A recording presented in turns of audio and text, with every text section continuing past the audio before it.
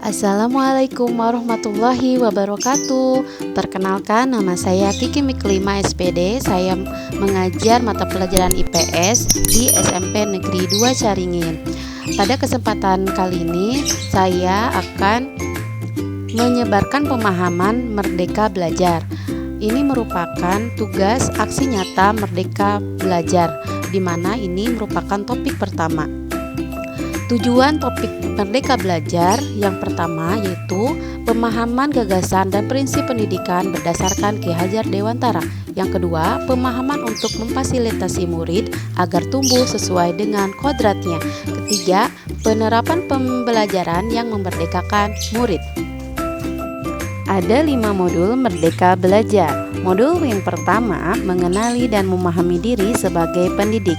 Modul kedua, mendidik dan mengajar. Modul 3, mendampingi murid dengan utuh dan menyeluruh. Modul keempat, mendidik dan melatih kecerdasan budi pekerti. Modul kelima, pendidikan yang menghantarkan keselamatan dan kebahagiaan. Modul yang pertama, mengenali dan memahami diri sebagai pendidik.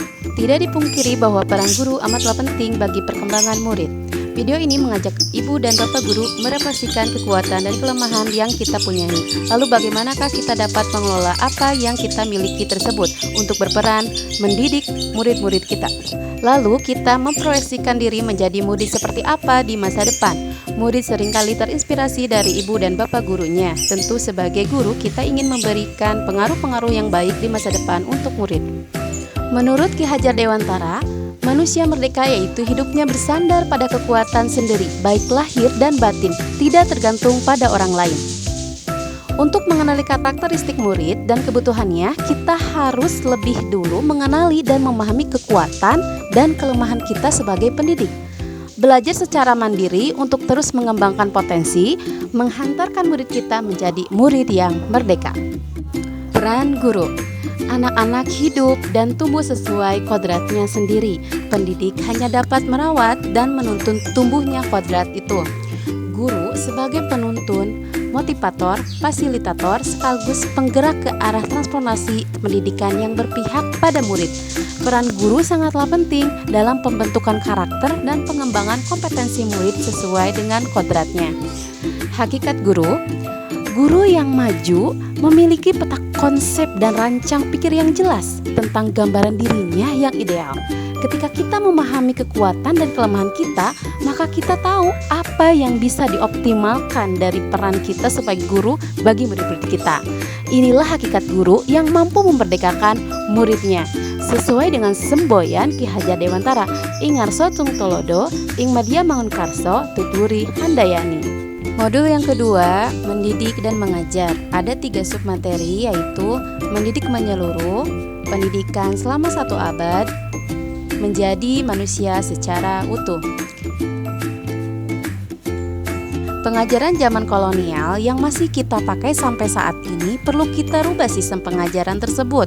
Di antaranya yang pertama yaitu meminta murid berdiri di depan kelas saat lalai mengerjakan tugas. Yang kedua, murid duduk rapi menghadap ke depan dengan kelas yang hening. Ketiga, melakukan perankingan berdasarkan nilai pengetahuan. Keempat, menyeragamkan pembuatan tugas. Kelima, memukul murid karena tidak mengerjakan tugas. Mendidik adalah menuntun segala kodrat yang ada pada murid agar mencapai kebahagiaan dan keselamatan sebagai manusia ataupun anggota masyarakat. Sedangkan mengajar adalah proses pendidikan dalam memberi ilmu untuk kecakapan hidup seorang anak secara lahir dan batin. Manusia memiliki 2 kebutuhan dasar, yaitu kebutuhan lahir dan batin. Pendidikan seyogyanya dapat memenuhi kebutuhan tersebut. Di video ini kita mengajak bagaimana peran kita sebagai guru dalam memenuhi kebutuhan lahir dan batin murid agar mencapai selamat dan bahagia. Modul yang ketiga, mendampingi murid dengan utuh dan menyeluruh. Ada 2 submateri yaitu kodrat keadaan dan asas trikon. Pendidikan bergerak dinamis, menyesuaikan keadaan yang terus bergerak begitu cepat. Sebagai guru perlu mengantisipasi dan membaca arah perubahan tersebut. Bagaimana kita bisa menyesuaikan dengan kodrat dan keadaan saat ini? Kodrat keadaan terdiri dari kodrat alam dan kodrat zaman. Kodrat alam, setiap murid dilahirkan dengan kodrat alam yang berbeda-beda. Ada yang tinggal di perkotaan, perdesaan, pantai, gunung, dan lain-lain. Di sini, sebagai pendidik, kita harus bisa memberikan pengalaman-pengalaman belajar sesuai dengan di mana murid tersebut tinggal. Kodrat zaman. Perubahan zaman merupakan keniscayaan yang tidak bisa kita cegah. Zaman berubah, cara mendidik dan mengajar pun menyesuaikan demi murid-murid kita. Dengan begitu, kita harus berefleksi akan perubahan zaman tersebut berpengaruh terhadap cara kita mendidik dan mengajar murid-murid kita di sekolah. Asas Trikon. Asas Trikon dianggap menjadi jawaban yang tepat menuju pembelajaran yang berpihak kepada murid. Dengan asas Trikon terbagi menjadi 3, yaitu kontinu, konvergen, dan konsentris. Guru dapat merancang pembelajaran yang berkelanjutan, terbuka, dan berdasarkan kebudayaan bangsa. Keempat, mendidik dan melatih kecerdasan dan budi pekerti. Ada 2 submateri, yaitu budi pekerti dan teori konvergensi. Budi pekerti, kecerdasan berpikir murid harus dapat mengembangkan budi pekerti atau watak murid yang tidak hanya dibentuk di sekolah, tetapi dalam keluarga dan lingkungannya. Maka dari itu, pendidik harus dapat memahami bagaimana watak atau budi pekerti yang diasah dan dilatihkan ke murid, yaitu yang pertama, melatih kepribadian berpendapat atau olah akal. Kedua, mengasah perasaan dan perilaku atau olah rasa. Yang ketiga, memunculkan kehendak atau olah karsa. Dan yang keempat adalah pendidikan dapat mempengaruhi bagian intelligible dan bagian biologis murid. Teori atau konsep konvergensi dan pengaruhnya terhadap pendidikan. Ki Hajar Dewantara tidak serta-merta menggunakan teori-teori barat dalam pendidikan nasional. Beliau dengan cermat mengidentifikasi teori-teori yang sesuai dengan kepribadian bangsa. Dari itu, dengan konsep konvergensi diharapkan dapat adanya transportasi pendidikan yang mengarah kepada murid yang dapat berinteraksi dengan budaya lain tanpa kehilangan jati dirinya. Selanjutnya, modul 5 yaitu pendidikan yang menghantarkan keselamatan dan kebahagiaan. Pendidikan sejatinya dapat menghantarkan murid untuk keselamatan dan kebahagiaan. Guru tidak hanya mengajarkan materi pembelajaran, tetapi mendorong murid untuk menentukan pemahaman bermakna yang relevan dengan kehidupannya. Maka dari itu, pendidik harus memahami bahwa pendidikan hanyalah sebagai tuntunan. Sudah bukan zamannya lagi guru mendikte murid, melainkan guru menjadi fasilitator atas kodrat alam dan zaman murid tersebut. Selanjutnya, setiap murid memiliki kodrat, kekuatan atau potensi yang berbeda sesuai dengan kodrat alam dan zamannya. Pendidikan tidak dapat berkehendak atas kodrat, kekuatan, dan potensi murid tersebut. Selanjutnya, menerapkan sistem Among dan semboyan Ki Hajar Dewantara. Sistem Among bukan sekedar metode membimbing dan mendampingi murid belajar. Lebih dari itu, sebagai guru kita diharapkan memiliki mindset Among terlebih dahulu sebelum mempraktekkan metode Among.